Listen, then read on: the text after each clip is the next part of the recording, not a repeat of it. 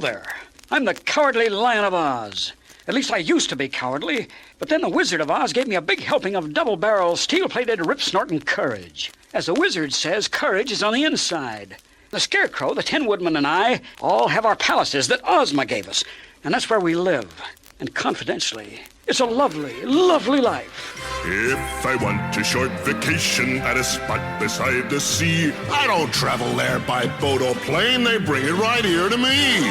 I've got my palace, it's so grand, a coach that's made of platinum, and a lifetime pass to Disneyland. I'm living a lovely life.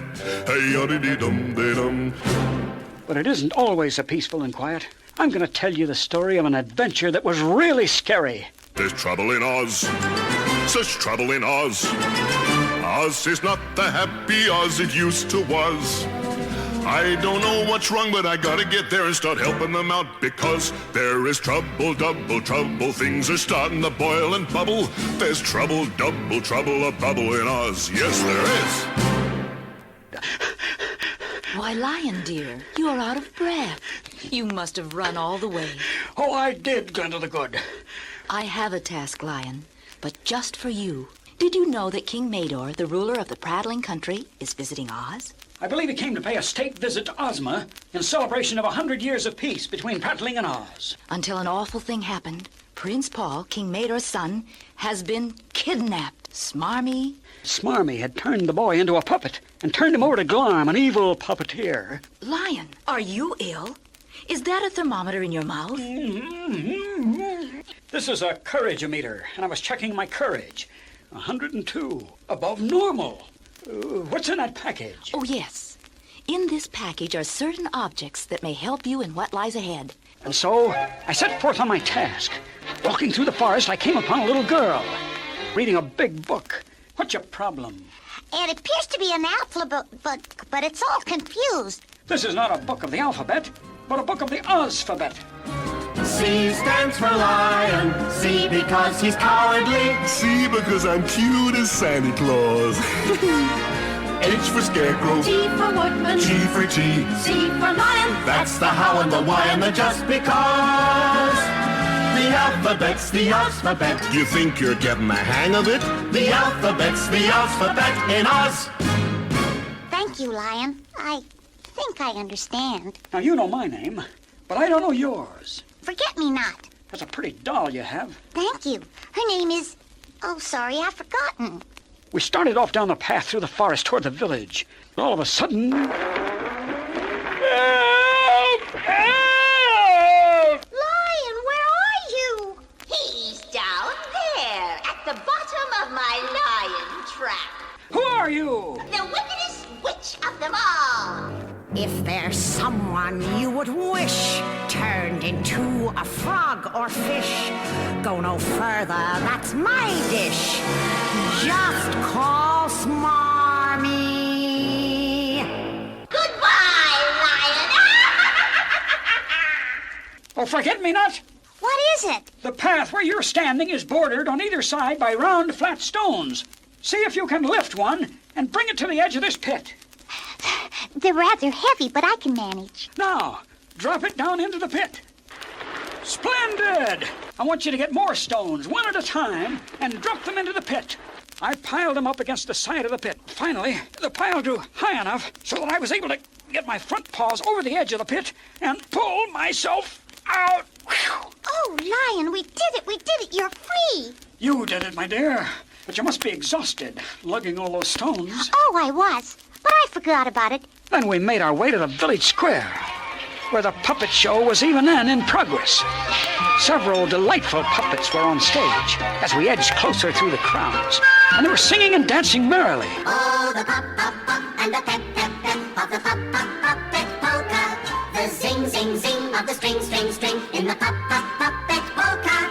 Come put away the cares of day and polka through the town to the pop and the pep of the puppet polka. We waited until the puppet show was over, the crowd had gone home, and everyone was asleep for the night. All right, forget-me-not. First, get the package Glenda gave us that I told you to hide. I knew I'd forget where I hid the package, so when I buried it among the leaves at the bottom of a tree, I hung my doll on the tree to mark the spot. Oh, what a smart little girl you are. We made our way stealthily into the village to where Glom was encamped at the edge of the square. I started to open the door of the puppet wagon.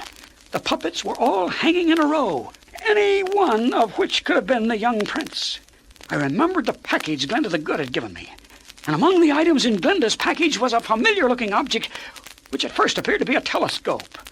There's some printing on the side. It says puppet scope. I believe Glenda the Good meant for me to look through this puppet scope at the puppets. She must have. Forget-me-not. We found Prince Paul. Oh, Lion, how do you know? Look at him through the puppet scope. That puppet is no acrobat, but a prince in a royal robe. We must take him with us. She took the doll down from the tree, and then... Lion, just look at this. Some of the sap from that tree has run down and gotten all over my doll's face. Wipe my face, forget-me-not. She's talking. I'm not a doll. I'm Princess Flora of Prattling. Let me wipe the sap from your eyes. Thank you. You see, Smarny the witch turned me into a doll because I knew all about the plot to kidnap Prince Paul. He and I are engaged to be married. Forget-me-not is the daughter of one of the courtiers at King Mador's court. She saw me, thought I was a doll she had forgotten about, and brought me to Oz when she came with her father for the celebration. How is it you can talk now? That tree you hung me on was a sadiola tree, and there is a chemical in the sap which restored my voice. Which Smarny must have the antidote that will do the trick. So we hit on a plan. Glarm, the evil puppeteer, did not know either Forget-me-not or me by sight. So we decided to go into the village and ask him if he knew where we could locate Smarmy. And what might you be wanting with the old witch? It's about hiring her to haunt a house. I'd pay well for the job. Old Smarmy just happens to be here now. Right over there in my puppet wagon. We hastened to the puppet wagon, opened the door, and stepped inside. Well, what's going on here? Smarmy! She must have been sitting on the roof. Now I've got all four of you just where I want you. Glancing hastily around, my eyes fell on the package Glenda the Good had given me. One of the things I pulled out looked like an ordinary flashlight. But then I saw that it was labeled Osmagnetron, and there were instructions printed on it that said point and press button. And the crenellator had reversed the magnetic field, which instantly acted on the body like a phanostat, shrinking Smarmy so she could be drawn through the tiny window. The manipulation set in, and she was immediately restored to normal size. Smarmy lay at our feet, knocked out cold. A bottle dropped out of the pocket of Smarmy's gown. Here. Antidote. Hurry, Lion. Pour it over us before Smarmy wakes up. There, that should do it. They're changing back into themselves. Flora. Oh, Paul. Lion, you have done your country and mine a great service.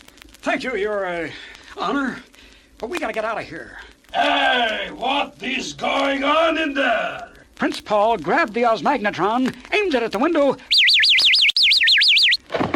Again, the crenellator reversed the magnetic field, which instantly acted on the body like a phanostat, shrinking Glom so he could be drawn through the tiny window. Manipulation set in, and he was immediately restored to normal size and out cold on the floor. So as soon as we had the pair of them trussed up tightly to two chairs, the four of us hurriedly left the puppet wagon and made our escape into the forest. We got back in time to restore Prince Paul to his father, King Mador, before the evil Archduke Grimble could declare war on Oz and carry out his wicked scheme to do King Mador out of his throne. I knew you'd all come through safely. How'd you know that? Because I believed. And that's what you must do in the future.